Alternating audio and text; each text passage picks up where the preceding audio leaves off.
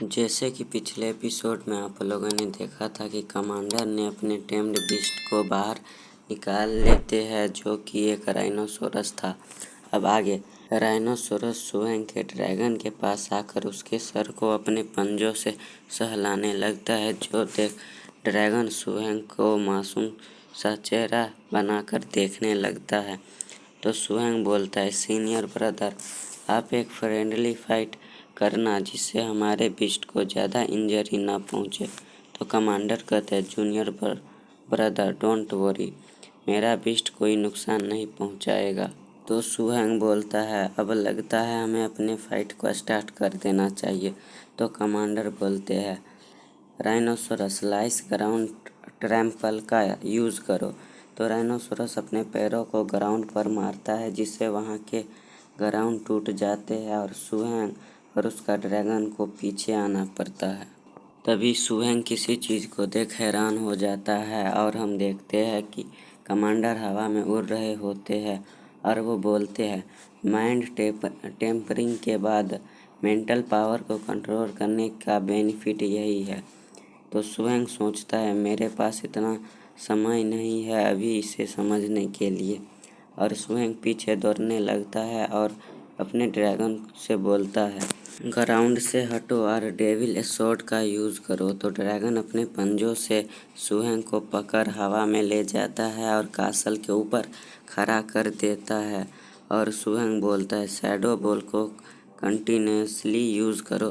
तो dragon shadow ball को bullet की तरह फायर करने लगता है, लेकिन राइनोसोरस का स्किन थिक होने के कारण उसे एक खरोच भी नहीं आया होता है। तो सुहेंग अपने मन में सोचने लगता है, मेरे ड्रैगन का इतना ही पावर के साथ राइनोसोरस को डिफीट करना इम्पॉसिबल है। तो अब मैं क्या करूं? टीचर को डिसअपॉइंट भी नहीं कर सकता हूं। और सुहेंग कहता है अपने ड्रैगन को, अपने स्पीड के एडवांटेज का यूज़ करो और सभी डायरेक्शन से उस पर अटैक करो। तो ड्रैगन स्काई में जाता है और राइनोसोरस पर सभी डायरेक्शन से अटैक करने लगता है, जिससे राइनोसोरस कंफ्यूज हो जाता है। इसी बात का फ़ायदा उठाते हुए सुहेंग का ड्रैगन ऊपर से अपने मुंह में बड़ा सा शैडो बॉल बनाने लगता है और उसे हाइपर बीम की तरह उसके पीठ पर यूज़ कर अटैक करता है। और हम देखते हैं कि राइनोसोरस के पीठ का स्किन जल गया होता है। तो सुहेंग बोलता है, उसके पावर को एब्जॉर्ब करो और खुद को रिकवर करो। तो सुहेंग का ड्रैगन राइनोसोरस के पावर को एब्जॉर्ब कर खुद को रिकवर करने लगता है और तभी सुहेंग उसे कहता है, ड्रैगन पावर और अर्थ स्फीयर सेक्रीफाइस दोनों को एक साथ यूज़ करो।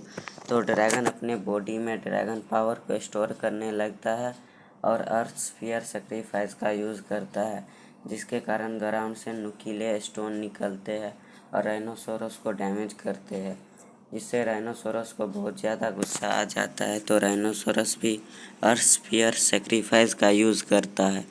क्योंकि राइनोसोरस अपने फुल स्टेज पे है, इसीलिए इसका अर्थ सेक्रीफाइस ज़्यादा पावरफुल होता है और इसके अटैक से सुहेंग का ड्रैगन बहुत पीछे जाकर गिरता है, जिसे देख सुहेंग कासल के ऊपर से उतर अपने ड्रैगन को संभालने लगता है। और ये सब देख कमांडर हंसते हुए कहते हैं, जूनियर ब्रदर, तुम्हारी टेक्निक की दात तो देनी पड़ेगी, लेकिन अफसोस मेरा बीस्ट पहले से ही रैंक 9 का बीस्ट है, इसलिए तुम्हारे अर्थ स्पीयर सेक्रीफाइस से बचना मेरे बीस्ट के लिए बहुत आसान था। तो सुहेंग थोड़े गुस्से में कहता है, सीनियर ब्रदर, आप ही ने तो मुझे अपनी सभी टेक्निक को यूज़ करने को कहा था, ताकि आप टीचर द्वारा दिए गए मिशन को पूरा कर सकें।